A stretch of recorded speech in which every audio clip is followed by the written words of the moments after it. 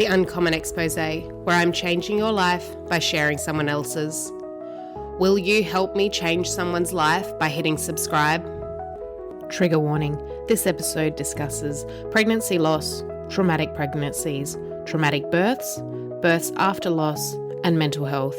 If you think any of these things will be triggering, please do not listen.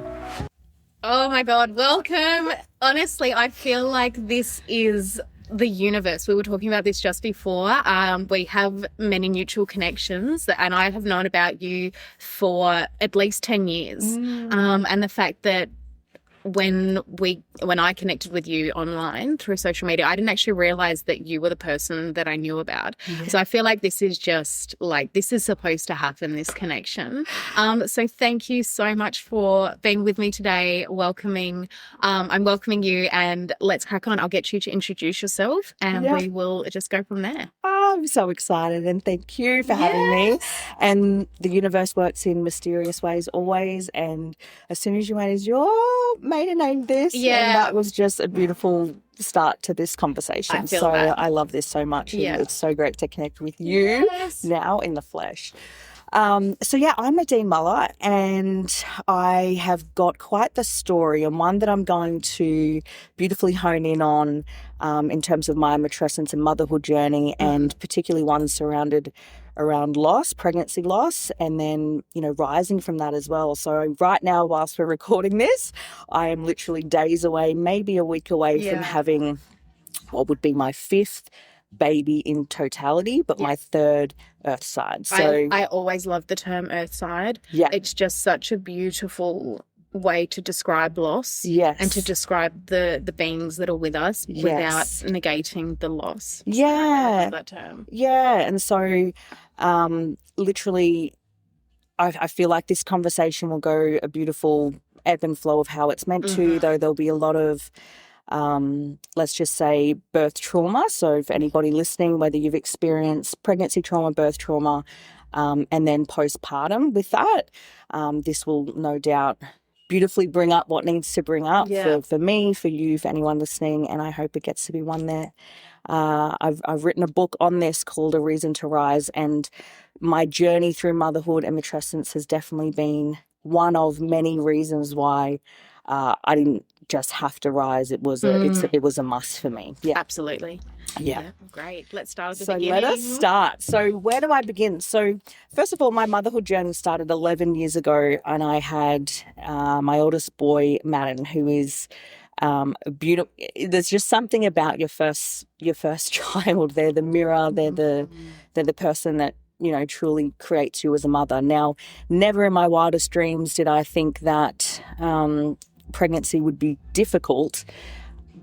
Before in my life, I was very much an alpha female, so I'd be getting shit done. I thought that pregnancy would be it blindsided me, I guess, as a 24, no, I would have been 25, 26 when I had him.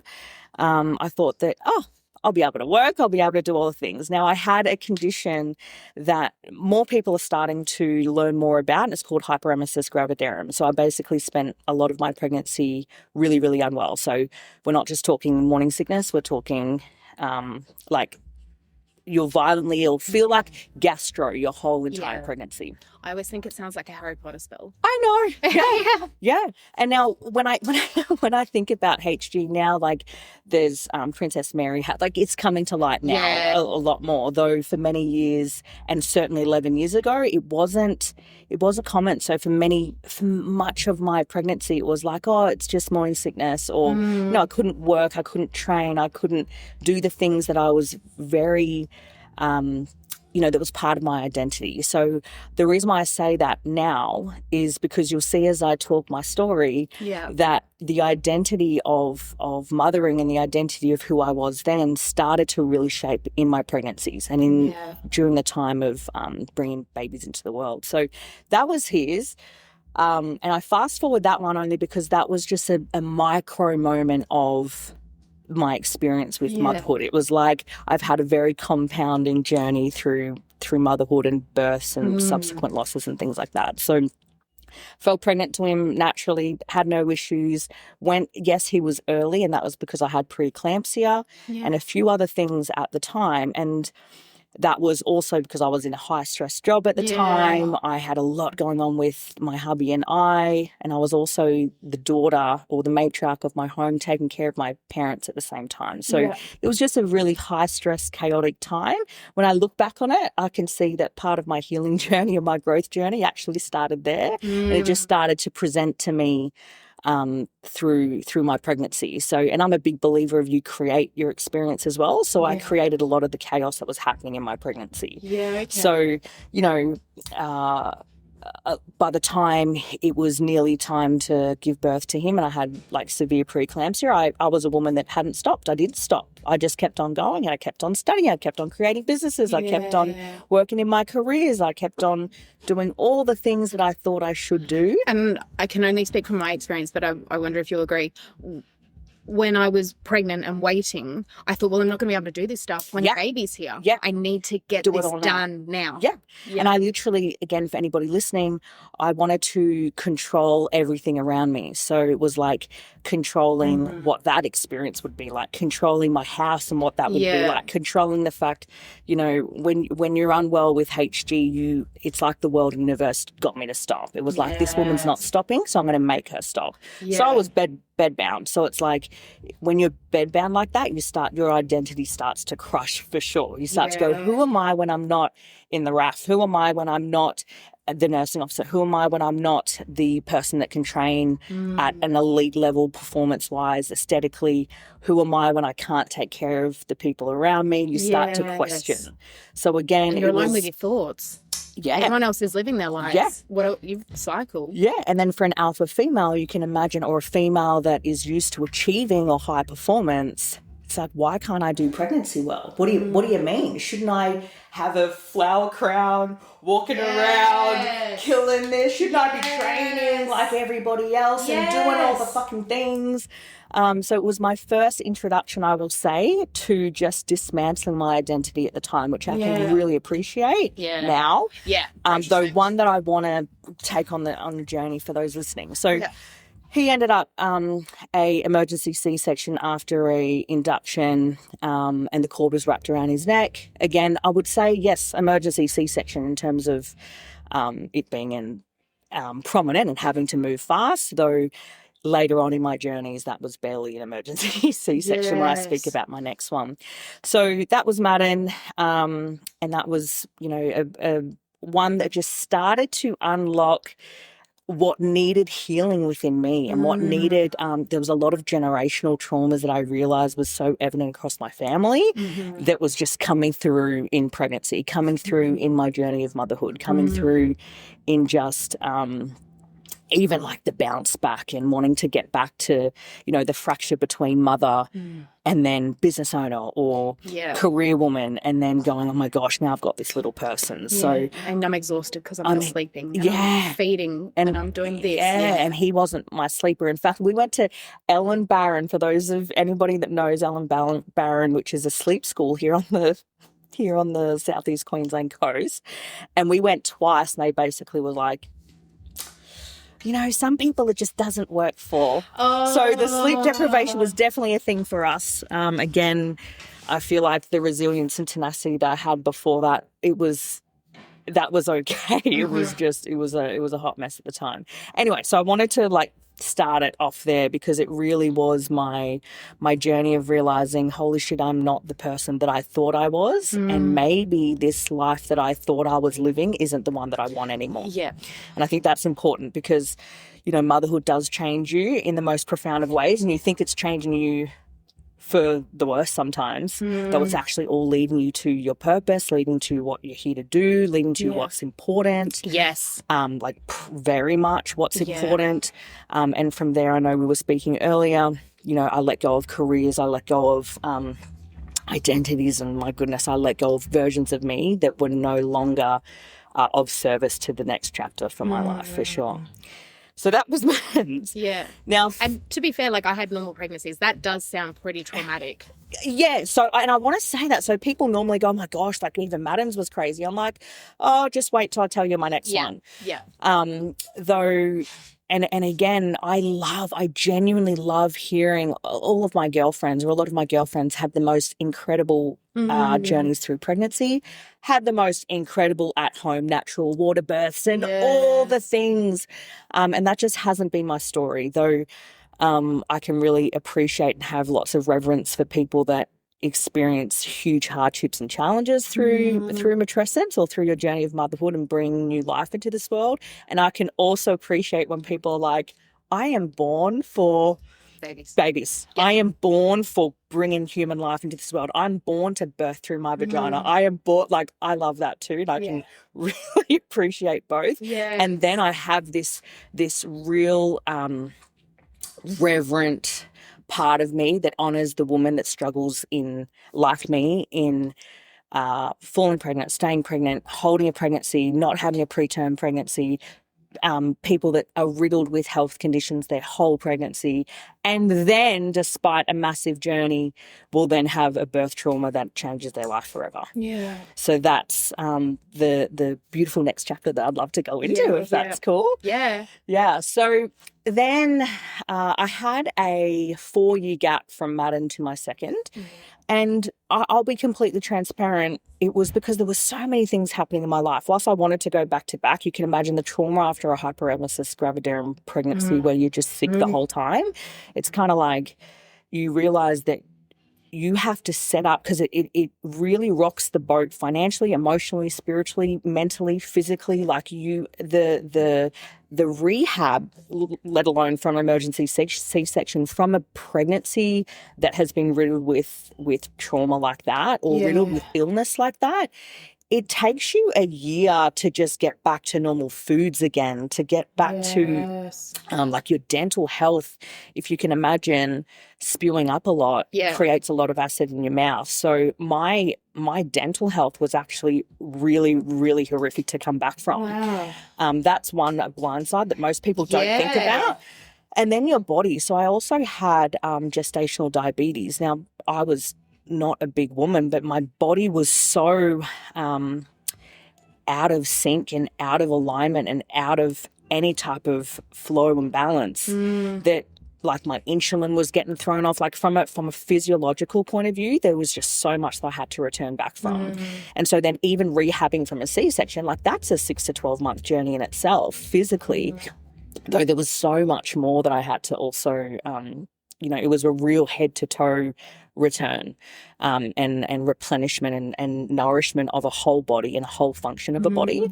It's almost like if anybody's experienced like eating disorders or returning back from something where it's like your whole system has been in shutdown, that's really similar. And then again, like, let us remember that a pregnancy is such a, like, your body is literally being rented by somebody else, and your stores are also, being depleted. So it's that times 10. So I really want to honor the fact that that can happen. And for me, it was like the greatest recovery of health that I ever had to do. Before that I was PTing, correct, and then looking after a baby. I was PTing, I was in the health space a lot. I was doing a lot of work in the health and fitness space, and this came nothing to like reclaiming your health from zero or what felt like negative 20.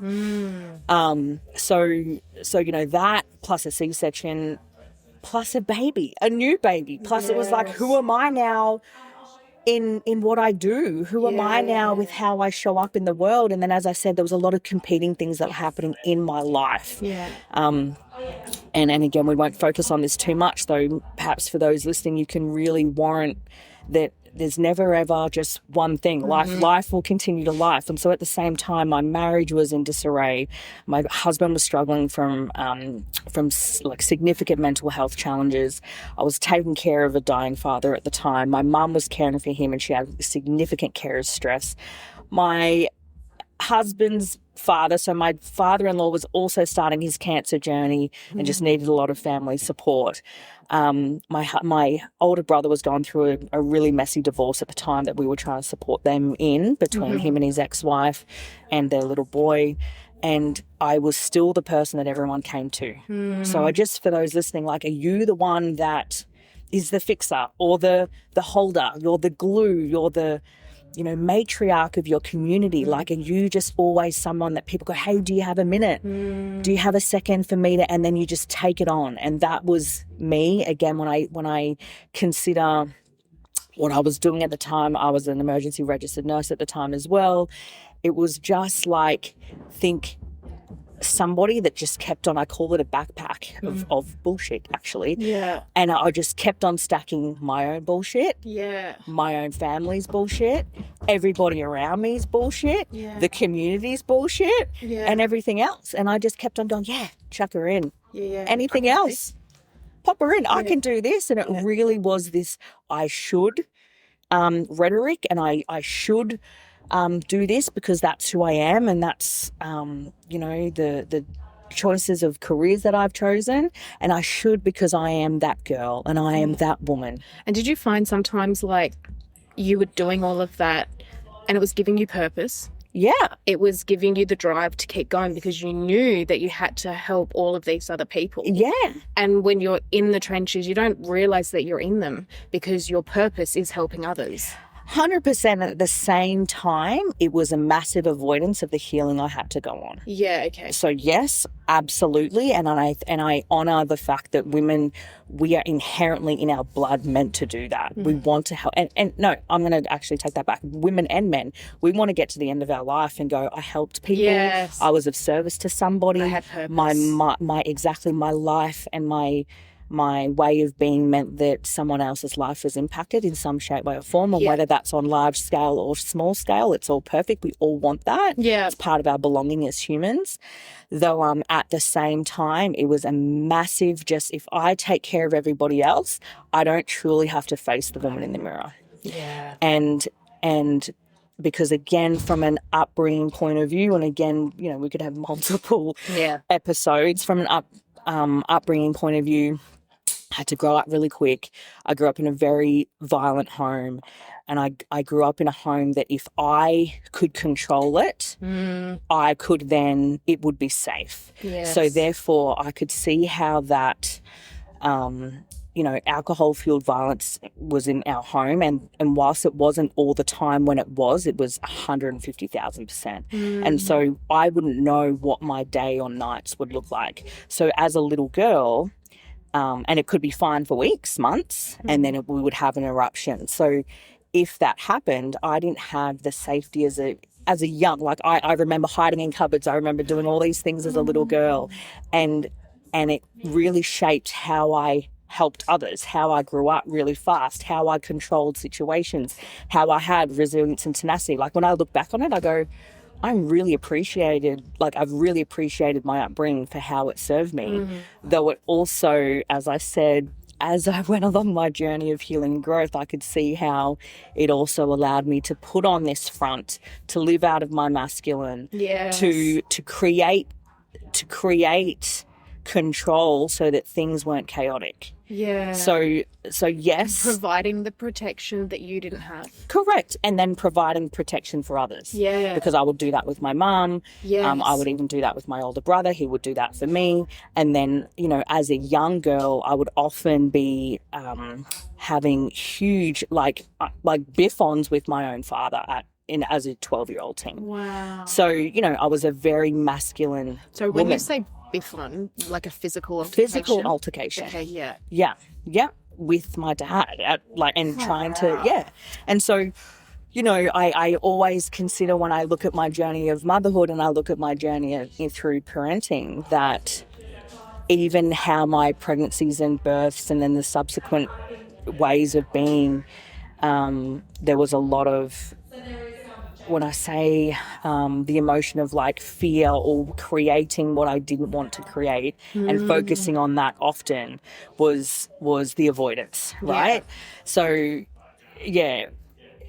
during those years of turmoil, and then as I mentioned, I took care of my dad to the end of his life, and beautifully had the privilege to have done that a couple of times now. We also did that with my husband's dad, which was just gorgeous, and that in itself was healing. Do you know what I mean? To watch my mum and my dad, my mum stayed with my dad right to the end, and beautifully it's interesting. So he had a dementia journey in the last 10, maybe even 15 years of his life, and that was the best years of my parents' marriage. In fact, my mum loved that time because it meant that she was safe, and it also meant that she had control now. And she was taking care of him, and likewise I was too. And so, and particularly at the end, whilst it was really, really difficult, because then he was wheelchair bound, there was lots of other things. The healing for our family was massive during that time. So I look back on our journey of caring and, the stewardship of taking care of someone at the latter end of their life. And I've had the pleasure and also the discomfort and heartbreak of watching many people die in my life. I've just personally, and then obviously professionally in the emergency department. So to do that though for your own family is another thing again, and to do it within your home, and watch someone go from where they've been, finally face their own things in their own journey of crossing over was just beautiful. So, that 4 years between my first baby and my second was just a journey of becoming in its own, a journey of dismantling some massive shit on its own, whilst also going, holy hell, I'm the mother now. I'm there was also almost a passing of the baton with my mother as well, which was really, really beautiful. And then came a time where I think I went, I'm ready for this next child. So we might get on to baby number 2. That resonates. So this one was I call it the pinnacle of my new identity emerging, and a realization of, I already had a realization of how finite or, miraculous we all are to come into this world. Though my second born, he's Beckham and he's almost 7. And 7 years ago, another pregnancy that then started, when I talk about Madden's being, fairly full on, and most people are like, Madden's was big enough. It was easy. I thought it was. Though when I look back on it from my second pregnancy, a breeze. So much so that I almost, and my obstetrician had to remind me of it, I almost downplay the hyperemesis of Madden's because the second one, Beckham's, was horrific. So I was in hospital pretty much the whole time, and so much so that I ended up having bed sores. So Jesus. That's how much I was lying on my back. I was up to the eyeballs with medications just to stay alive. So hyperemesis, if you're vomiting that much and you need fluids that much and food, nutrients that much, this is why I'm so grateful for the medical system. It's like, this is how women died back in the day. This is how, pregnancies, you just hear of women that literally just fell asleep in there and died in childbirth, died in pregnancy because they were that exhausted or that depleted or didn't have enough water. Right? Didn't have access to IV fluids. So I had another, I would love to say it was going to be 9 months, but I ended up to have a very preemie baby at 32 weeks or a preemie baby at 32 weeks. So for 32 weeks of my pregnancy, I was again bedbound. I was working full-time still with our military at the time, and I was the nurse that became the patient if I tried to get to work. So basically by week 6, I was someone that could never not tell my pregnancy because everyone knew before I could keep that news from anyone. So very quickly my chain of command at the time was like, Nadine, like, this isn't working. And I was living on the Gold Coast and at Amberley. So I was traveling. Before I'd even get to work, I would have spewed 6 times. Like, it was horrific. Though for the first few weeks, you're like, I've done this before, I can do this. So it then catches up on you and it compounds. So then I ended up having pretty much the whole time off work, and managed by a beautiful care obstetric team on the Gold Coast, and pretty much stayed in hospital the whole time. Now, or I wouldn't say the whole time, basically every second day I'd be admitted, and then I'd be able to go home, reset. Obviously I had my eldest child, so I was still trying to parent, and then I would go back in once once I started again. So it would just get me, I'd have a cocktail of medications and it would just keep me going for a day or two and then I'd return. Yes. So crazy. Yeah, so crazy. It really is. Now, I want to bring this in only because I feel like it's not spoken about enough. When you're on a cocktail of medications, one, you think, am I doing the right thing for my baby? Am I going to have a baby that's, you're only got to look up some background of familidomide and some other because that was drugs. Huge in the 60s. Yeah. And led to birth defects. Yeah. And it's like, hang on, I'm on like high on dancetrone, steroid use. Like there was a lot going on. Metoclopramide, let alone IV fluids and therapies that, that they were trying to throw at me to just have me surviving. So, again, in a hospital bed, really questioning who I was, who I am, who am I when we're meant to bring babies into the world and I can't even do this. Like that was the rhetoric, as much as I'd be like, no, like you can, and you've done this with Matt, and beyond, like deep down for a woman, like we are here to create, we are here to birth babies. And to me, I was like, I can't even fucking do that. I need that much help to do that. So you can imagine that experience. Continuing on, I then had a pregnancy with GD again, so gestational diabetes again. Your body's all over the place. So and preeclampsia again.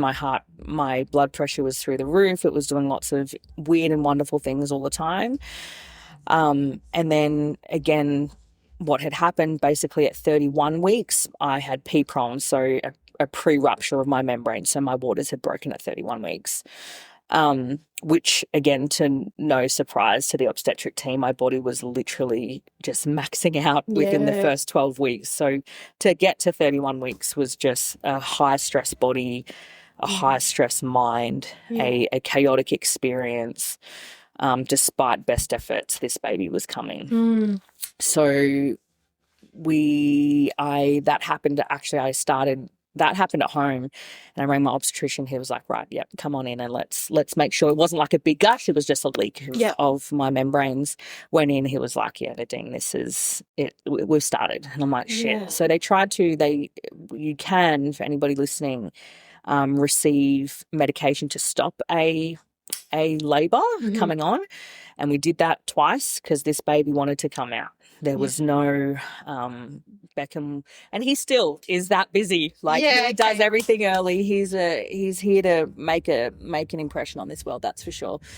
Anyway, again though, I really preface this. I write about it in my book. I thought my body was failing me at that time. I really did, because I'm like 31. Like, come on, I've spent this whole pregnancy on bed rest. I haven't worked. I haven't been able to try. I hadn't been able to do anything that I wanted to do.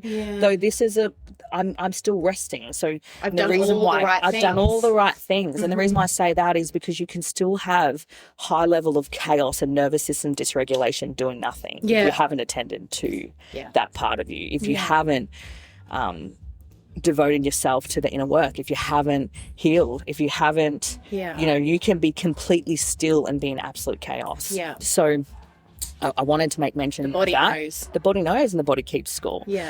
So at that point, that 31 weeks, I'm like, my body has failed again and I've done all the right things. Now, later on, you'll hear and you'll realize that my body was actually doing everything perfect, and it was doing exactly what needed to do to keep my baby and me alive. Though at that time, I didn't know that. They tried to stop 2 labors because then he was coming. Like, he just didn't want to be in there anymore. And I was like, I thought the best thing was to keep him in there. And the obstetricians and everybody else that was there, all the specialists there, were like, no, we've got to keep this baby in there. Do you know what the risks are of having a baby at 31 weeks? Like, what things aren't as developed as you would like? So, absolutely. So we got the steroid. So basically, whenever you have an early child or a preterm labor or a preterm baby, they want to get steroids on board. There's a lot of lungs. There's a lot of things that haven't happened yet within there. Like, they're going to be a NICU baby or they're going to be a special care nursery baby.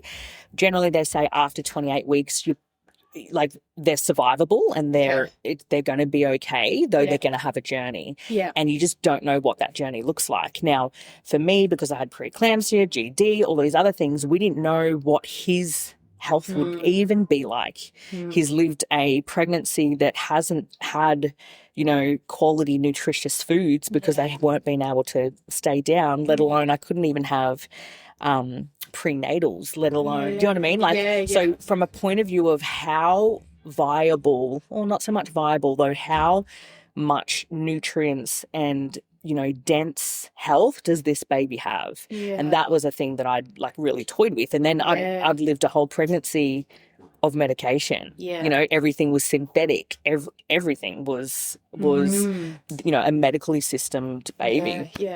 So agree with you. It's like I didn't know at that point where he would even be at when he came out.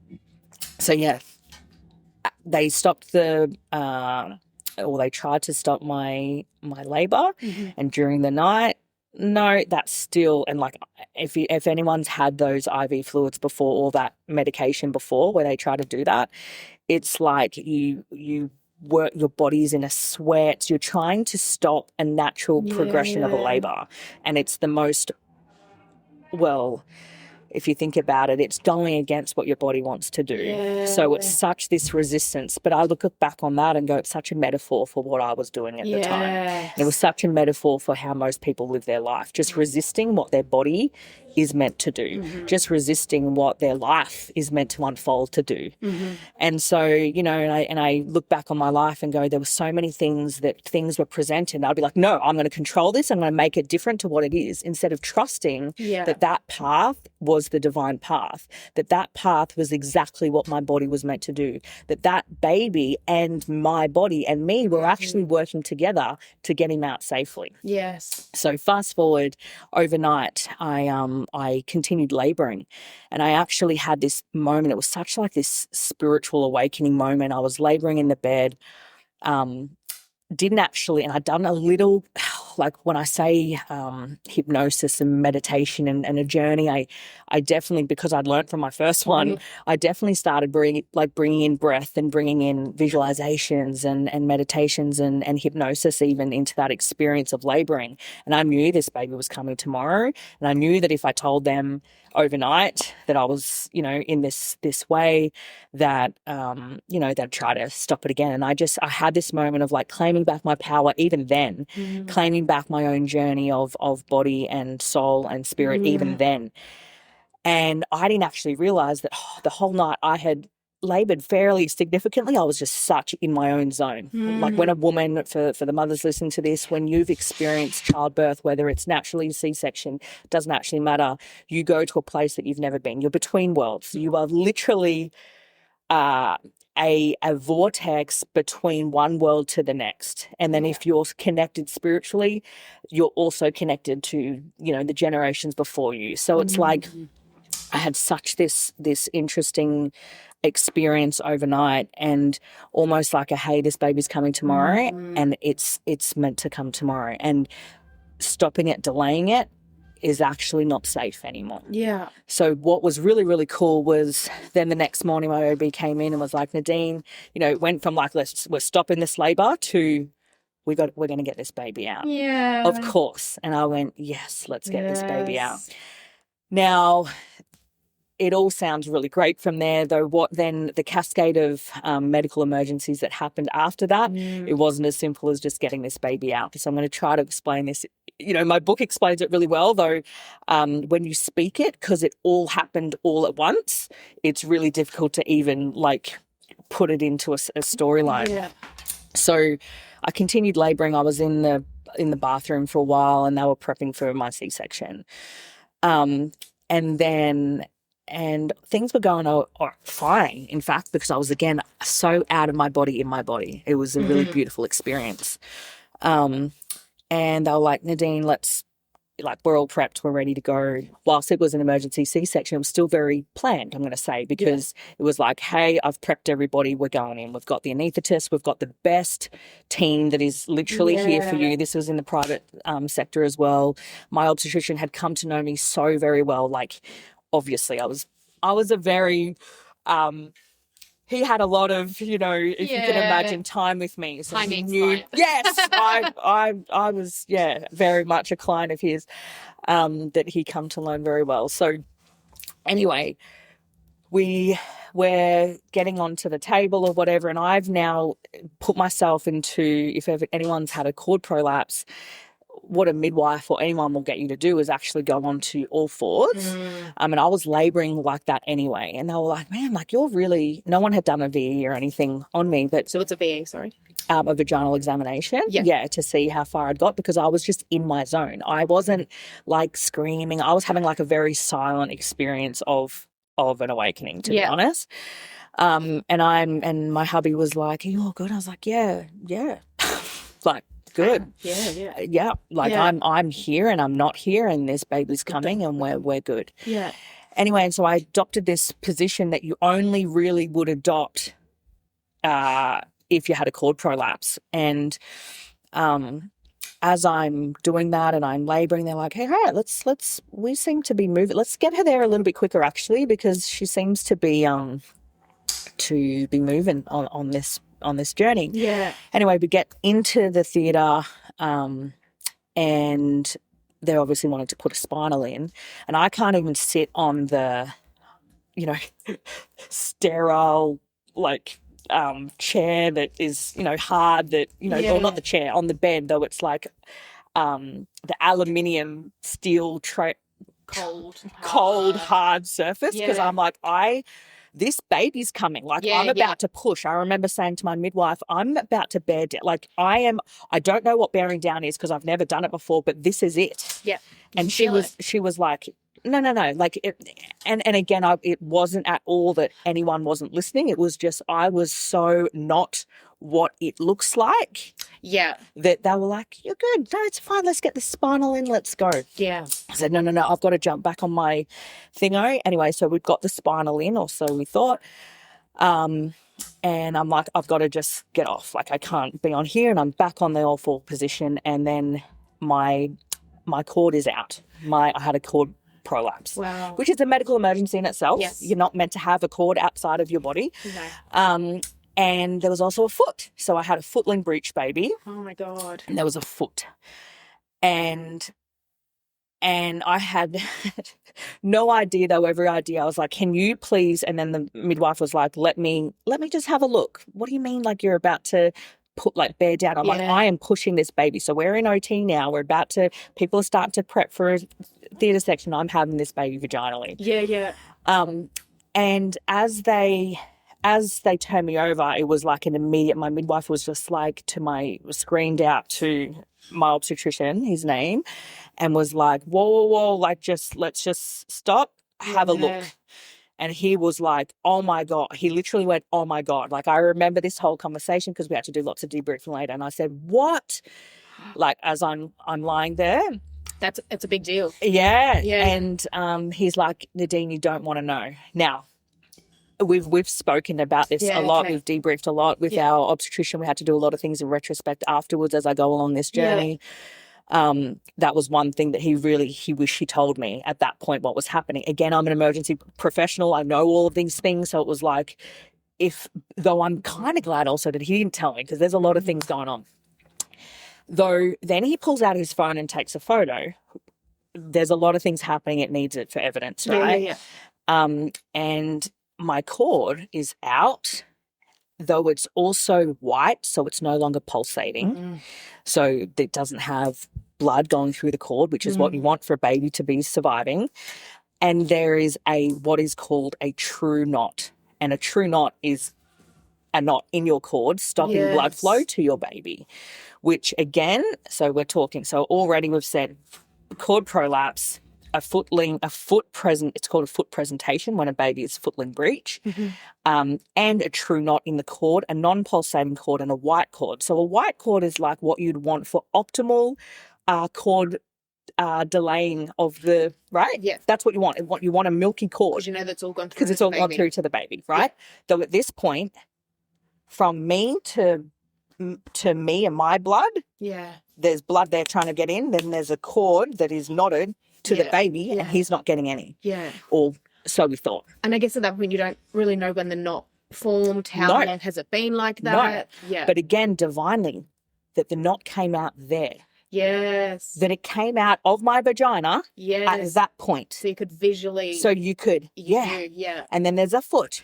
So he's like, and it's funny because his feet are a thing. Okay. Though like, then it was like, holy shit, this baby, and it was a great baby, like a baby that this is not a good situation, right? Or a great foot. So at this point, I don't know what the fuck's going on. The whole surgery, the whole OT theatre, this is a really renowned private space too. Elite people in this space are like, fuck. This midwife, and so it's about to get pretty gory, this midwife, she's been doing it for 30 years. I'd seen her multiple times during pregnancy, like the most calm midwife you want with you. Suddenly things are pretty chaotic. We thought the spinal was in.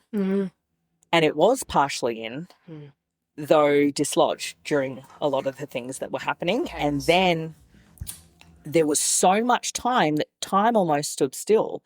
And so the time between, as in there was so much that happened that time almost stood still. Yeah. And so where this gets really gory is then I was on my back because I did the vaginal examination. The surgery prep basically stopped. Because it was like the obstetrician was like, shit, we're now here. Yeah. The preparation was very minimal. So I'm going to just paint the scene. So one, my obstetrician managed to get one blue glove on and not sterile gloves. Two, the midwife, there was no time for like a sterile procedure. So normally in a C-section, even in an emergency, there is enough time to, swab the area, get it all happening. Antibacterial. Yeah, get it all just prepped for a sterile procedure. Yeah.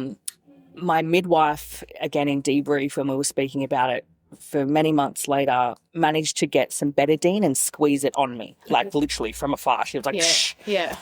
So normally it's like a pink solution. It was like brown betadine. Yeah. I had this can be really gory for some. I've spoken my story so many times. So whilst it's really like hits home for me, it's something that I'm like, I tell people a lot.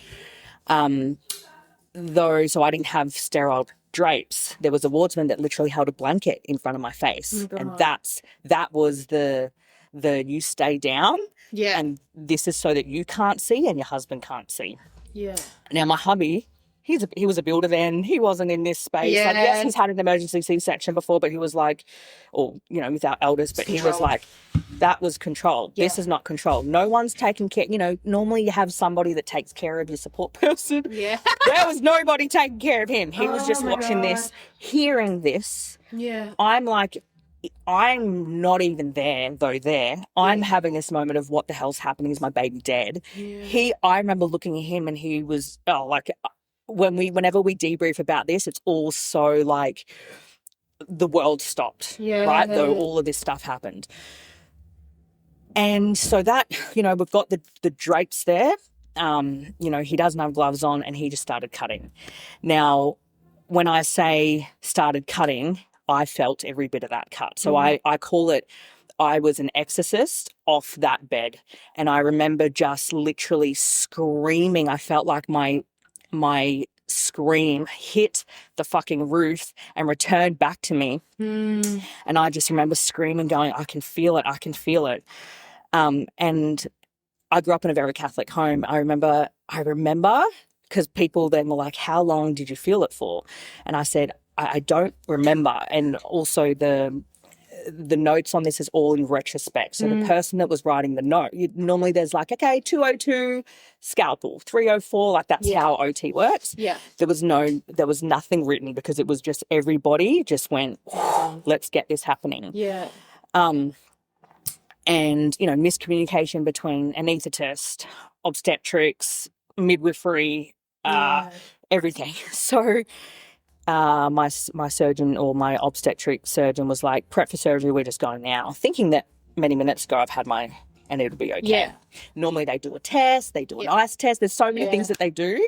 And I know this because, again, from a professional point of view, and then because I had a C-section last time. So I was like, and that did not happen. And then it was just like, when a C-section occurs, there's 7 layers, and they cut the first, and they don't actually, what they do for the fascia and for the muscles is, instead of cutting it nicely after that first incision, you actually are meant to rip it. And it's for them to fuse back in a way that's really natural, and in a way that those fibers can meet, and the fascia of your muscles can meet. So I know I felt the rip inside my body, and 110%. I speak this all the time, and again, we can't go back and ever know. I know I got through the Lord's Prayer. Like, I remember literally lying there, like, and again, I'd started to question faith. I'd started to question, like, spirituality was starting to come online by then, versus faith on its own, I guess. It was like a journey of between what I'd learned in faith and through my Catholic faith and religion to then spirit and soul and things like that.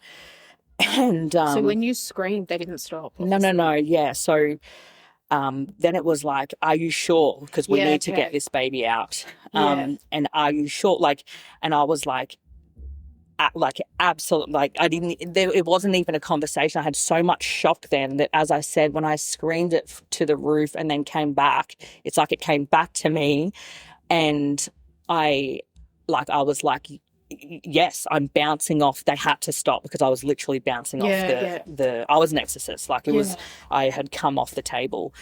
And, you know, again, that the conversations that were happening, I don't even, you know, it's very out of body. So this anaesthetist very quickly, basically drew up, there's a few drugs that you can do at that point in time to get me to go to sleep, so that they could basically GA me, because at that point, no, it was midazolam. Oh, a general anesthetic. Yeah.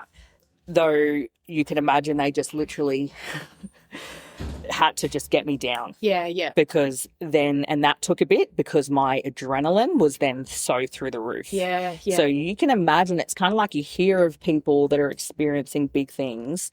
They're almost like their nervous system and their strength. It's like you hear of mums flipping cars, right? You hear of people that are at like that tether of their body and their mind, that they're able to like do anything. And it took quite a bit. And so they apparently had to like double what my normal weight is to get me to live, because I was in that much shock. Yes. And in that much disarray, and in that much adrenaline was just running through my body. So then my eyes basically rattled in the back of my head. My husband now thinks I'm like dead. No one's talking to him. He ended up having significant PTS after this experience, because then he then sees that happening, me lifting off the bed, my child, our second baby, Gray, the knot, the cord, the prolapse, the foot. Now it gets kind of worse in a way, because then as they're trying to get him out, they had what's called head entrapment. So basically you have a C-section that goes along, usually laterally along the bottom of your belly, or just above your pelvis sort of line, exactly, like under your navel, though they had to then go up my belly. So I've got a beautiful scar of a cross and then up. It's almost like a cross, actually, to be honest, because then they had to lift, like literally get, and this, he was so tiny, but they had to get him out. And then again, his head was, it's for those that are like medically trained, they're going to hear it and go, I get it. I get what's happened. There's a foot that's out. He had his other foot like almost like a ballerina, and then his head got stuck. So there's a few things in that in itself. Thankfully we had the most incredible, and like again, so many things that were on our side. And as I said, like there was the anaesthetist, whilst some things went chaotic and very unconventional, and almost like, you know, whenever I've joked about it, I've said it's almost like a, you know, backyard C-section in Ethiopia, like right. Though the right people that had to be there at the time, that were there as well. Do you know what I mean? When I think about that, I go, yeah, was there as well. Yeah. And if he, and you know, a lot of people go, wow, like, would you ever consider anything in terms of legalities of law and lots of things with this team? And I said, look, my baby would be dead if he didn't. If he didn't. And now I developed again, I was a health professional at the time, a registered health professional at the time. I cultivated such a relationship with our team. Yeah. And they knew that, this is going to traumatize her. Yeah. Though what will traumatize her more? The fact that we didn't move quicker. Yeah. And get this baby out with the potential that, he has, deficits from here to next week, that he won't even survive, that no one knew. Though this obstetrician knew me enough and knew our family enough from the experience of that last 7 months together, that he was like, I'm just going to go for it. Yeah. And I'm going to, and I talk about it in my book, like that someone, and I love it so much, that someone would take a risk on everything. Yeah.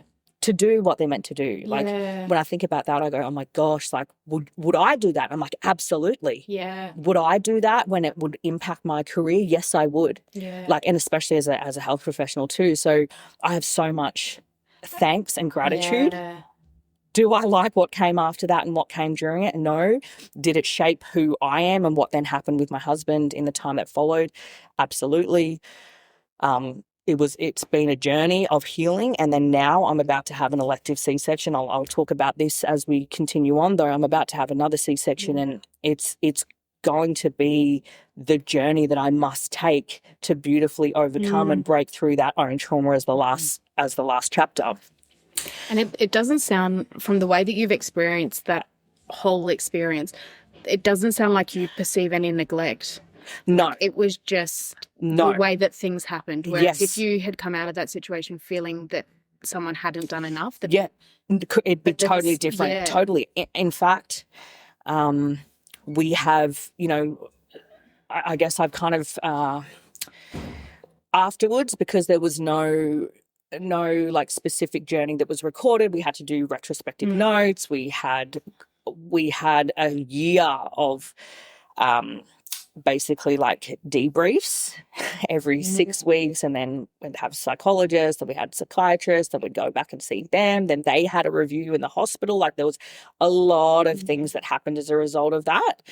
Though not once have I ever gone, I wish something was different. Yeah.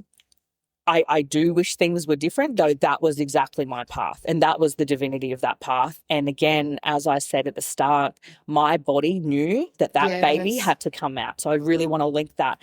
Again, no matter what intervention that hospital was doing, no matter what intervention the obstetric care team, that it was right. If you want a baby to stay in, absolutely, it was correct. It was by the book. It was what you're meant to do. Let's keep this baby in there. Again, I really want to preface this, because for those listening, what if the journey of you having a premature baby is your baby alive?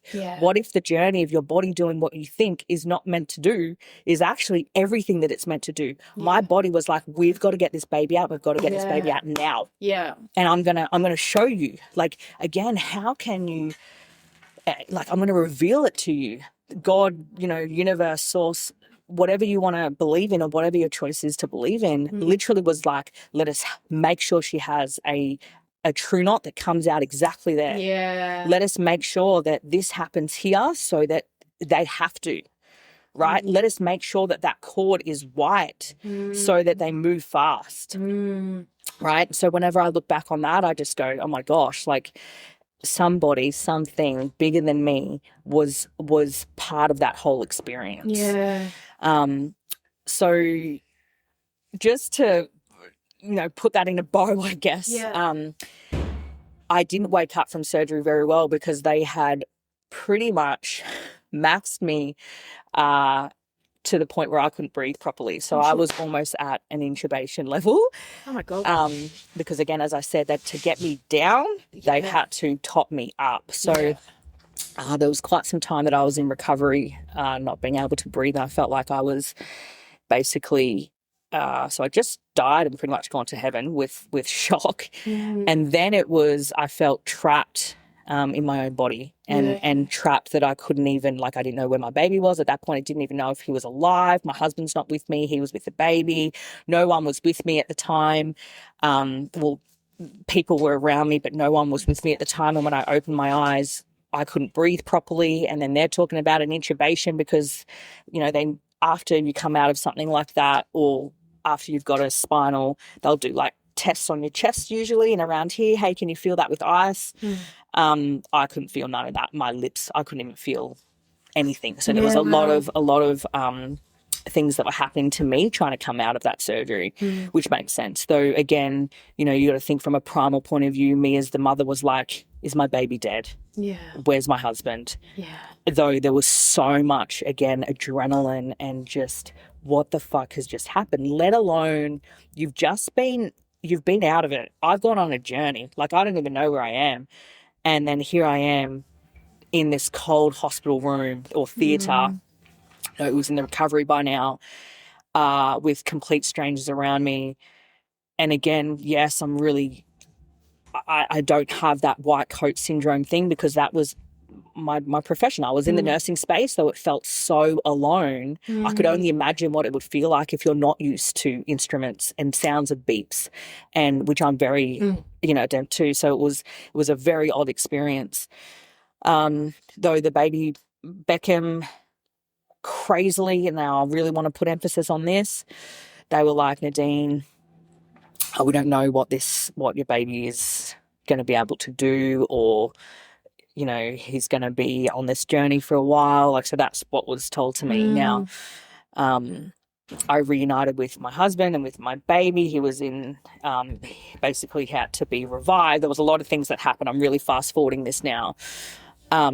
He went from a grey baby to then let's just get him breathing, to let's get CPR, to let's do all the things for this baby. And he miraculously survived. Like, again, he's like our miracle, like, holy shit. And now to this day, we still go every day. We're like, he literally died. Like, how is he here? He's got no deficit. The only thing, like, zero, like, he breastfed, he did all the things. Like, it's wild.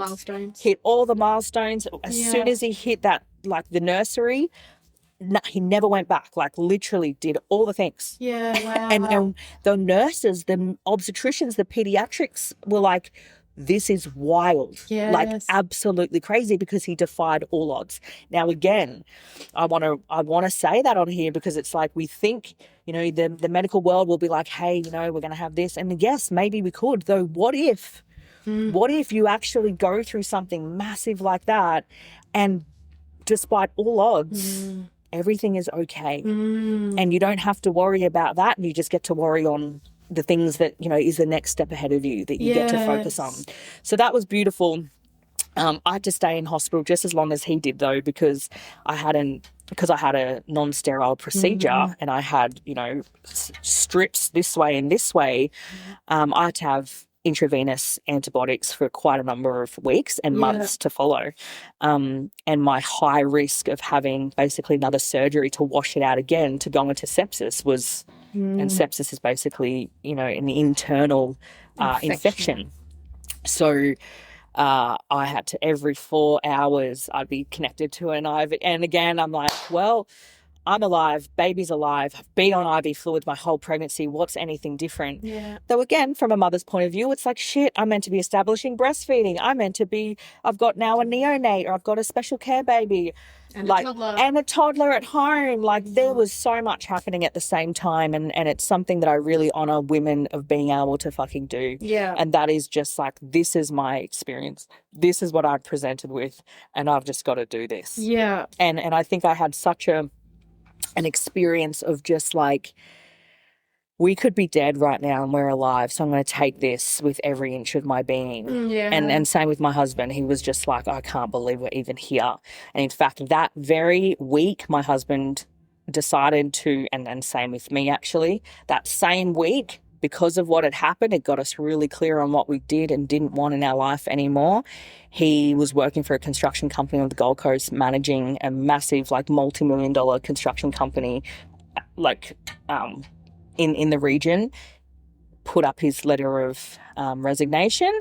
And then that day I literally was like, at the end of my maternity leave, I was with the RAF at the time. I'm done. I'm complete, and I leave when that finishes. Yeah. And so it was a really incredible few weeks and months of just getting radically fucking honest about our life, because when it's presented to you like that, and when you experience those things, or you realize how finite things are, and that at any given moment things can absolutely change, and then you're gifted this experience to relive life again, you get really clear. So that was Beckham's. You can imagine the post rehab from that was huge, because my abdominals, my mind, my body had experienced a lot, though it really did. And it's really true when people say it can take 6 months, 12 months for things to come forward with trauma. So for a long time we were actually really, really good, and my obstetrician, he'd still go, Nadine, like he'd contact us often and just be like, how you guys doing? And it was almost 6 months to the dot that my husband started having dreams and started to not be able to sleep, and started to relive that time. And then for me, just some things that started to creep in, where it was like, going into, just creating more chaos in my life again, and forgetting the gratitude of what had just happened, and getting busy and in the doing, and we can also be addicted to the adrenaline that comes with the chaos. Well, and if that's something that you've lived with, and that's all I knew, right? And then I just experienced something else. So it was just more evidence of, I am someone that. So for me, it was I had created the story that I was just someone that was always meant to have hard things. Yes. I was just someone that, for me to have what I wanted, it meant really hard work. And for me to have the life that I wanted, it meant that I had to sacrifice everything, like my life. Yeah. It just created this evidence after evidence of everything's meant to be hard. Yes. Everything's meant to be difficult. Everything's going to be a slog. Everything's going to be harder than anybody else. But then what it created in me was this. So whilst that's not a great thing to create, it also this additional work ethic and this additional devotion and commitment to making anything work in my favor later on I was really appreciative of. Because then later on, when I discovered what I'm here to do and my purpose, it was unwavering. I didn't, people were like, oh, did you care what people thought? I was like, fuck no. Did you care what someone would? Fuck no. I've nearly lost my life. I've experienced things that people will never physically experience in their life in terms of pain. No, I don't care about that. There was many things that it formed in me, and then many things that it created negatively in me as well. So that started happening for sure. Though, they were my first two experiences of birth, and two very different ones.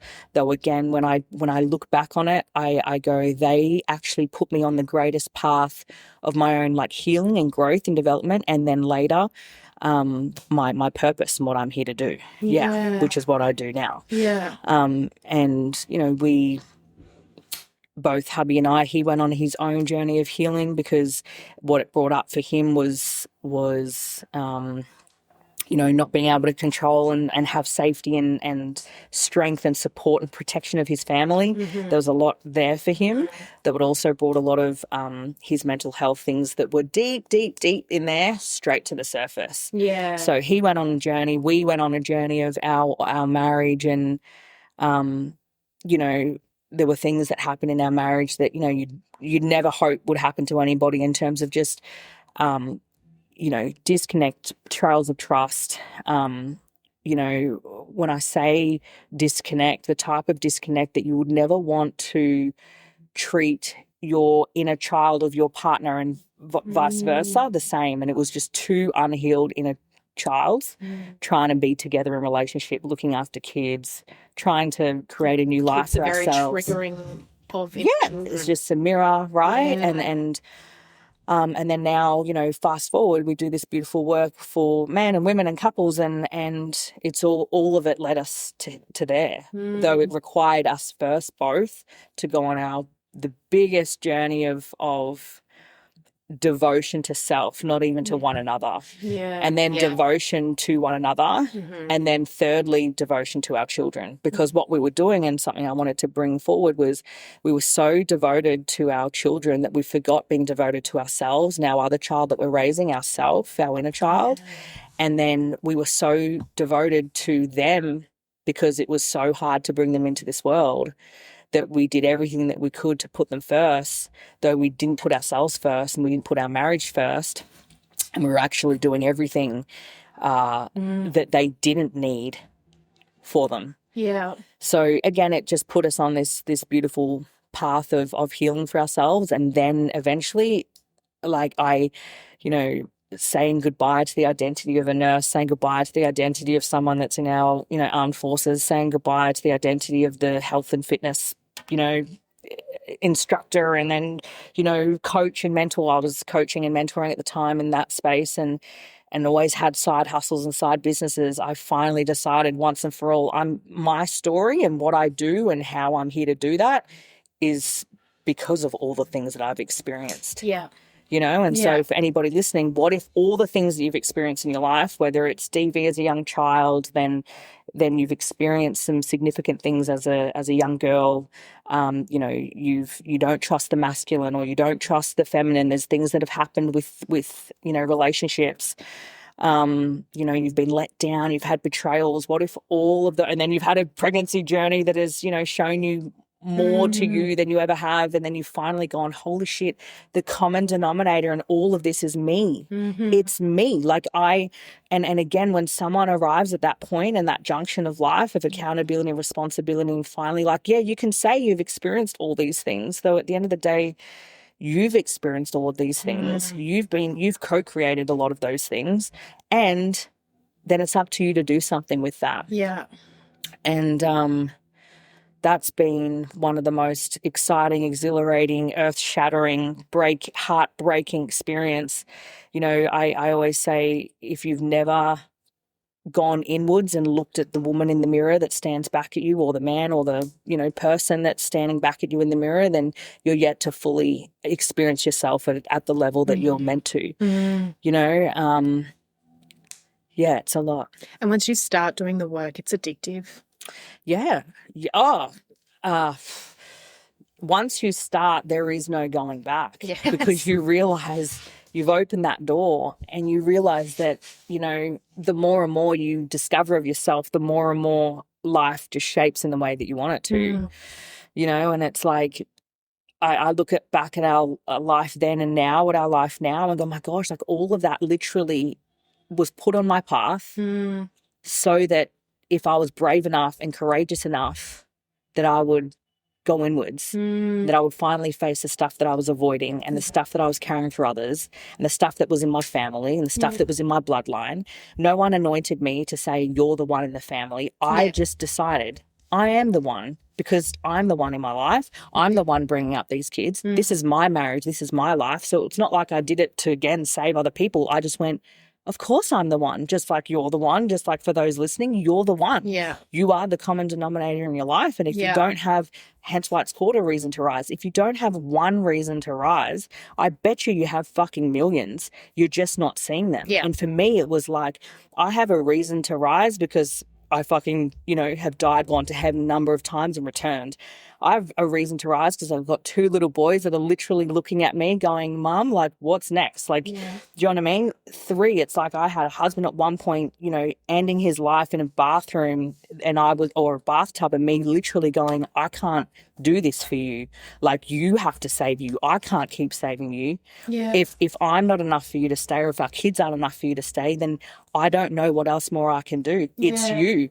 If you're not, to have those hard conversations with people, for you to literally dismantle the identity of, when I answer, if someone goes, who are you, what do you do? I don't say I, help people to create freedom within their mind, freedom within their body.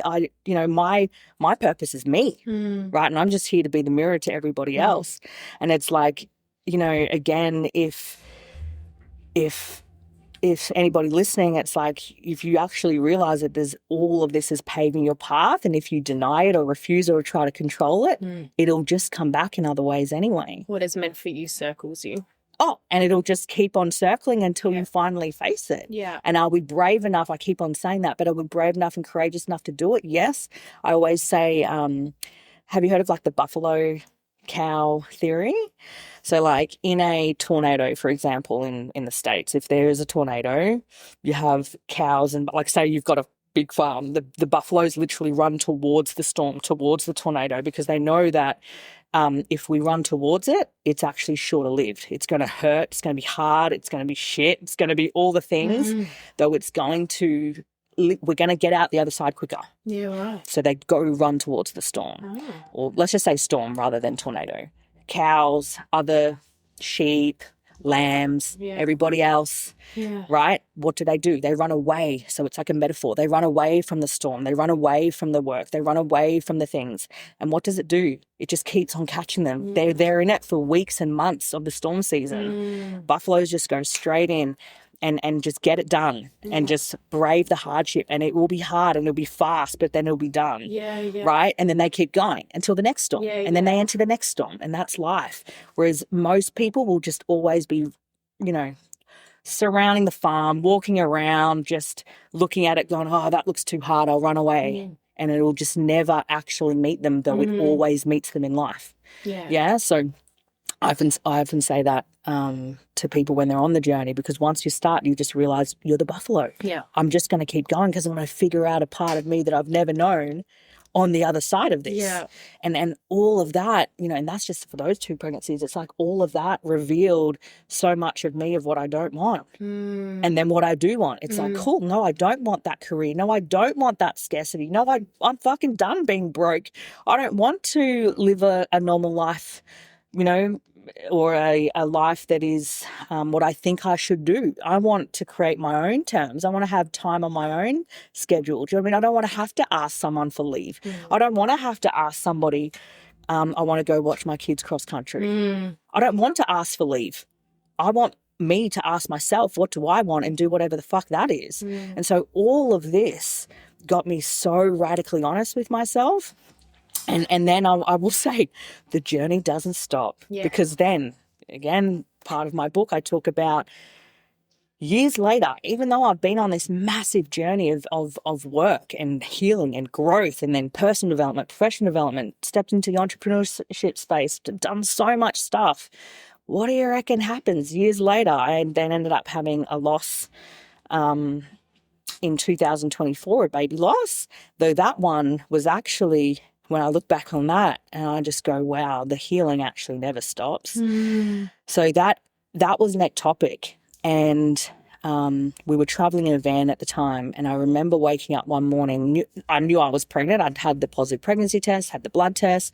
I was 8 weeks pregnant that time, and we were traveling around Australia. We ended up in Geraldton and WA.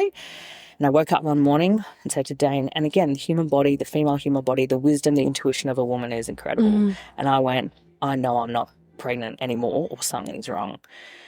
We had a scheduled scan anyway. And I went in and I said, I just said to Dane, I just know. I just know. Though again, that pregnancy and the following and the one that I'm on now, did I have hyperemesis gravidarum? No. Did I have any of mine? I'll talk about this one in a minute. No, none. So all the healing, all the growth, all of the different work that I've done, the shedding of the layers, the literal ego deaths, the rebirths, all the things, literally. Anyway, I went in for that, and the sonographer was like, I'm so sorry, this is not a viable pregnancy, this is an ectopic. Though when I went in for that surgery, and I'm really just fast forwarding this, when I went into that surgery, they're like, cool, let's get you all set up, and we're just going to go in. It's just basically it's a D&C, right? Though it's a removal actually also of a fallopian tube, because she was on my tube, and that was a girl. And as she opened me up, I basically had a massive hemorrhage. I woke up with also where my belly was, and I was quite big, and it was just a sack of blood. And I was so lucky. Again, I'd scraped life. Yeah. I was so lucky. We were in Geraldton. There's not much in Geraldton. Well, I was further out. I was about to be at least a 2-hour drive from the nearest hospital. Yeah. And had that had ruptured in me, I would have died. Yeah, literally on the road, my kids, my husband would have seen me literally die. And I, hemorrhage on the table. They rang Dane while I was it was meant to be a 45-minute surgery.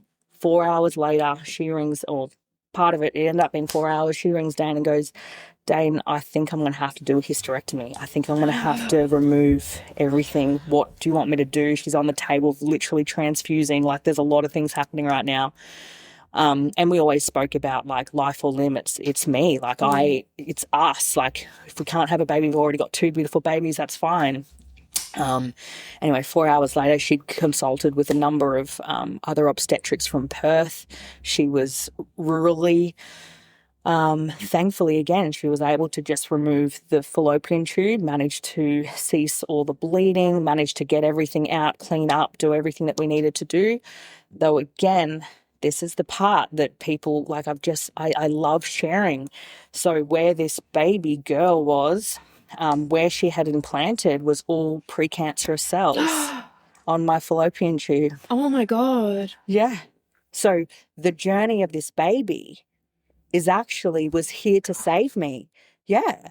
Like, so again, people go, are you, grieving that loss? I'm like, absolutely I am. And I'm so grateful. That baby literally, so if we're going to talk about sacrifice, literally put their body, and they were still quite little, though their body across all of these precancer cells on a fallopian tube. Yeah. Like how, like for the mums, for the women listening to this, like your body knows, your babies know, the journey of self knows, you are guided, you are supported, you are held, you just have to trust.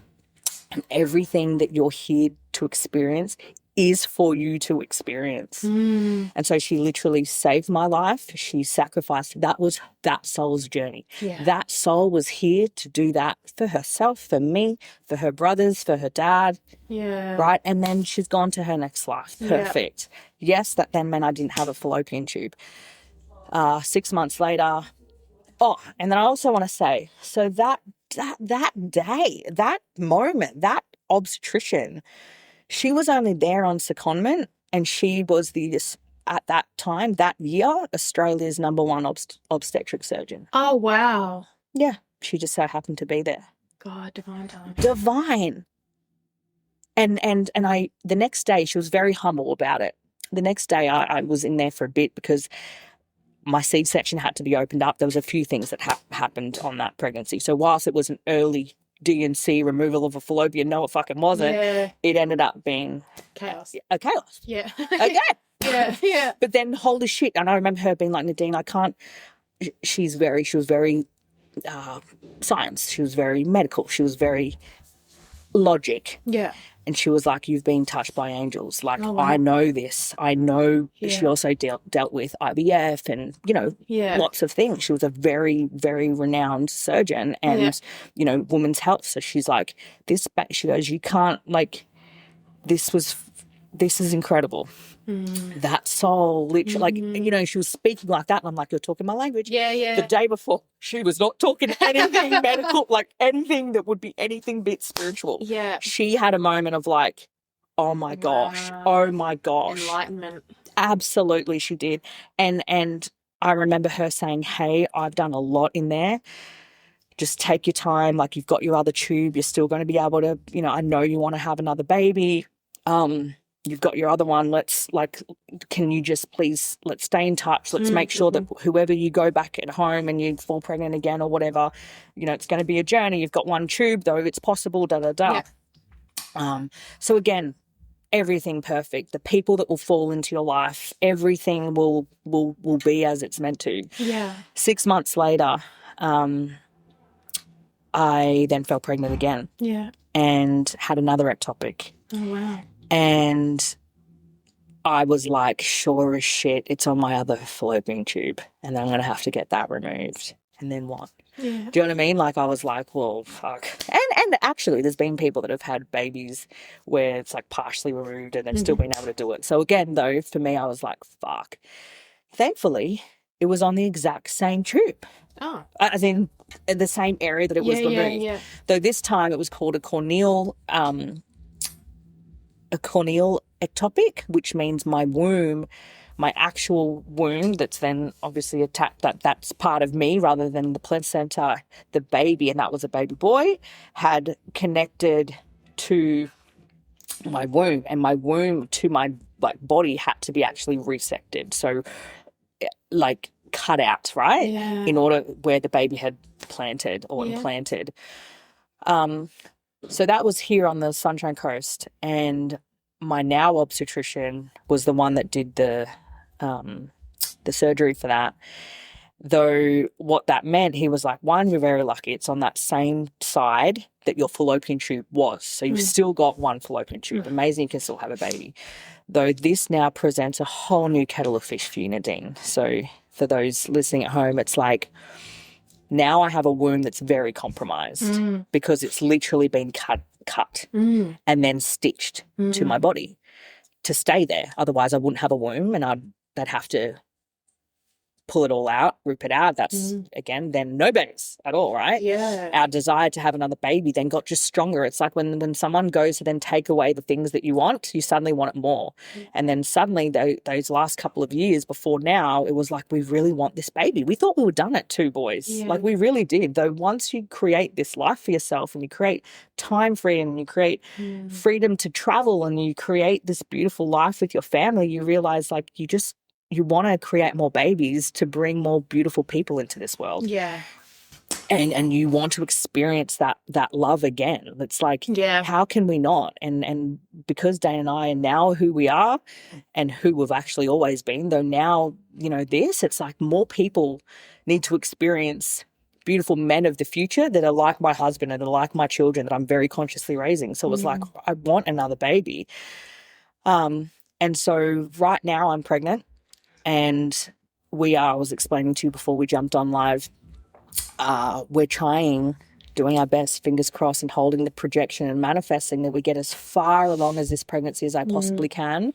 Though my body, what is a massive risk right now is I can't go into labour because basically I have a womb that as soon as any woman knows, the contraction of a labour is so intense. Yeah. And what is called in the medical term placental abruption. So there's a 90% chance of hemorrhage for me, loss of baby. Yeah. That we need to elective C-section for this bubby. Though again, it's about that fine line of let's get you and him to as far as possible and get this baby out. So I've got an appointment tomorrow. Hopefully it'll either be this week or next week. And though between now and then, it's like if I went into labour, I'm straight into hospital, bang, get this baby out. It's a really big, my womb just wouldn't hold that. And for anyone that's experienced that is another whole thing again. And that's something that if we think about it, we can control now. We have the experience and the knowledge to, whilst I would love to have this incredible spiritual awakening birth at home in a thing and natural, no, that's not my journey. That's not my experience. I'm here to bring this baby into this world in a really beautiful way, though in a way that is a controlled, C-section experience, and one that, as you can imagine from my C-section with Beckham, I have to confront a version of me that I'm yet to confront this week, because I want you to consider this. I'm about to experience something that I know how it feels. Yeah. So when you have a C-section, you can feel tugging and pulling and all of that. So I've been doing so much work on this within myself and within our work that we help others through, of like connecting and then disconnecting and being able to associate and dissociate with the pain that you can feel with the experience of what you're feeling in your body, knowing that you cannot feel it. Yeah. And so that's I've been working intently on that, and something that I'm about to face myself. During this pregnancy, I had a couple of weeks of significant, let's just say, insomnia that led to some really intrusive thoughts about this, that I really had to sit with and honor again, and sit with the I guess the alchemy of like, it's okay to be scared about that. It's okay to fear that. You're literally going back into an environment that literally saw you face yourself and God and life and death in one, and that's okay. So, watch this space. I'm about to experience that. I share a lot of my experiences of life and enlightenment in varying ways. And in fact, how I end the book is like, watch this space. I'm going to have another baby. I know I'm going to. And the fact that now, for the thousands of people that have read that book, it's such a walking testament of this baby that we've now got on board, that miraculously is here. And again, to really reiterate, this pregnancy, I have not had a hyperemesis gravidarum. There's no gestational diabetes. There is no preeclampsia. I am now considered at term, early term, 37 weeks. But you've never been there before. But I've never been there before. Yeah. And so it's something that I want to share in the work works, the facing yourself works. It is a forever journey because I'm still on it. Anyone ever tells you like, I know all the things and, you come to me in your life, no, like everyone is on their journey of healing and of growth and of development. And it's just I'm a forever student. I'm a forever beginner, and I've never been this version of me, just like I won't have been the version of me after this birth. And it's just a beautiful testament of, I think, life for us all, and that we're all our own medicine, and we all have our own answers. It's just, so we're brave enough and courageous enough to go inwards and face them. After having 2 quite traumatic labours, births, and then 2 miscarriages, losses, did at any point you think maybe this 3rd baby isn't for me?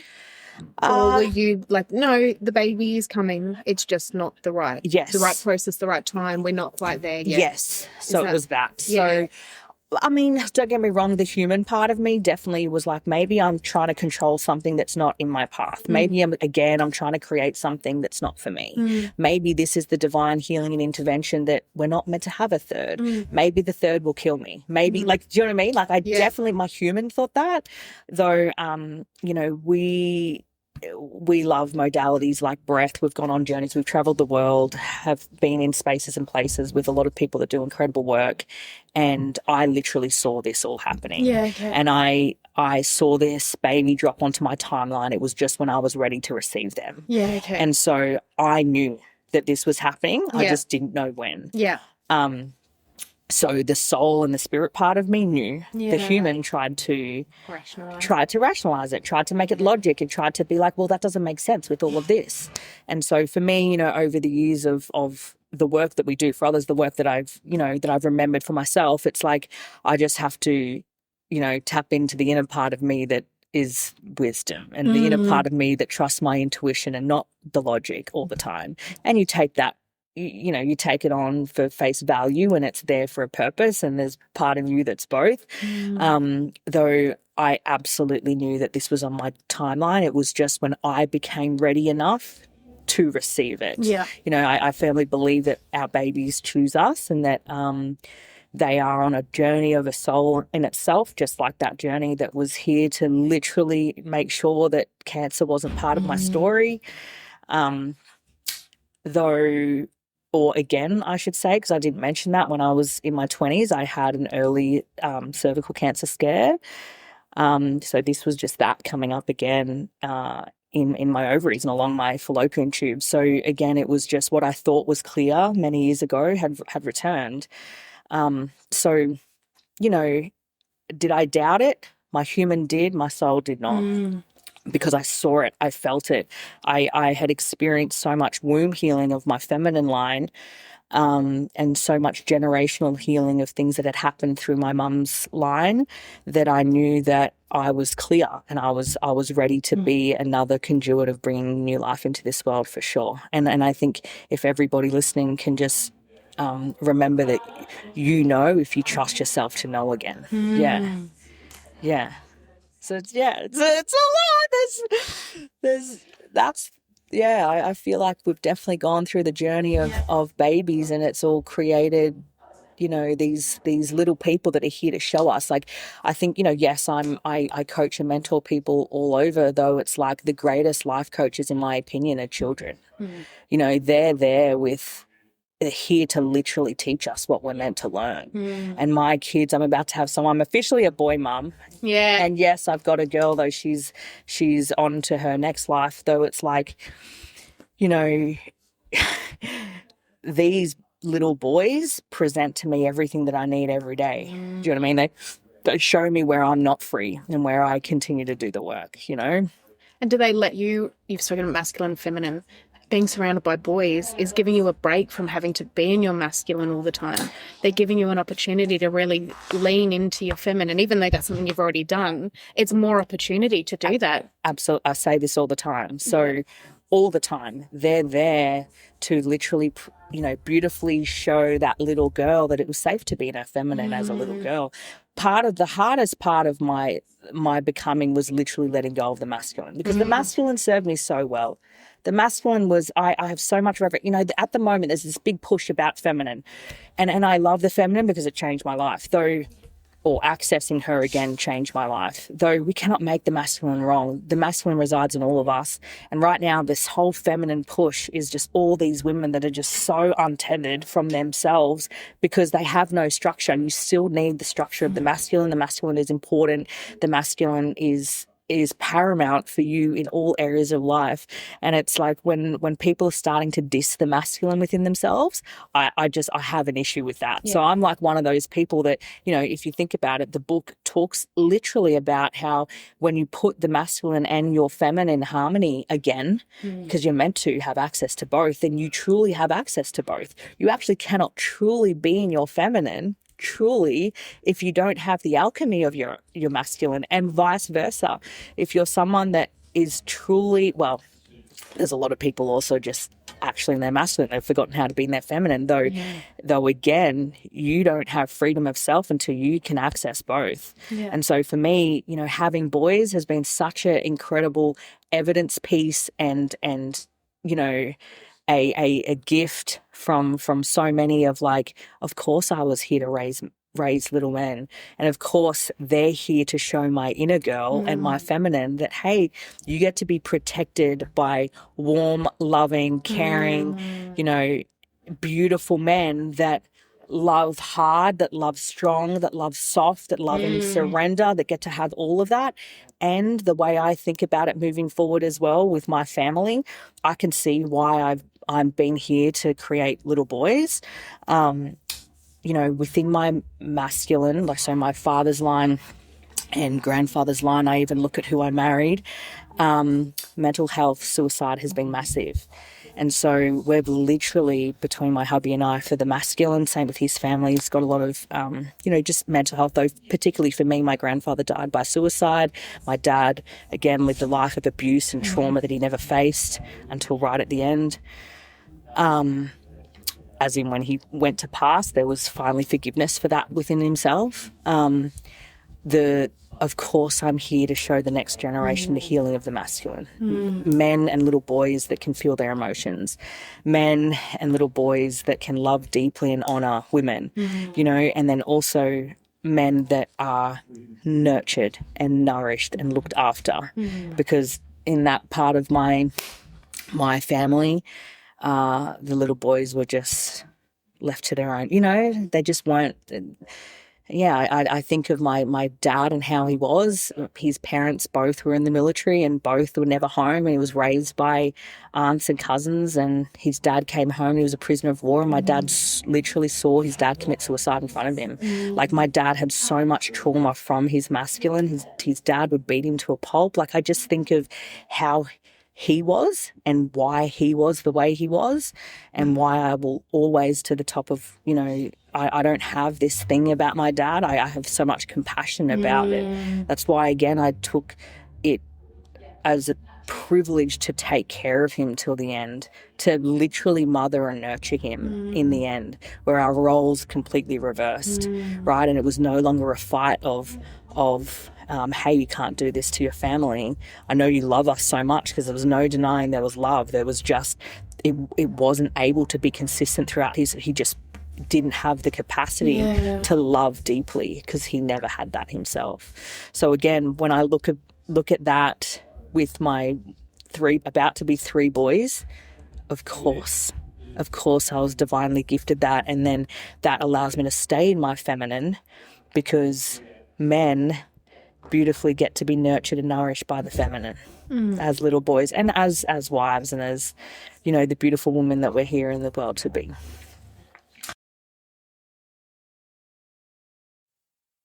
The experiences, interviews, and comments shared on this page and podcast are those of the contributors and interviewees.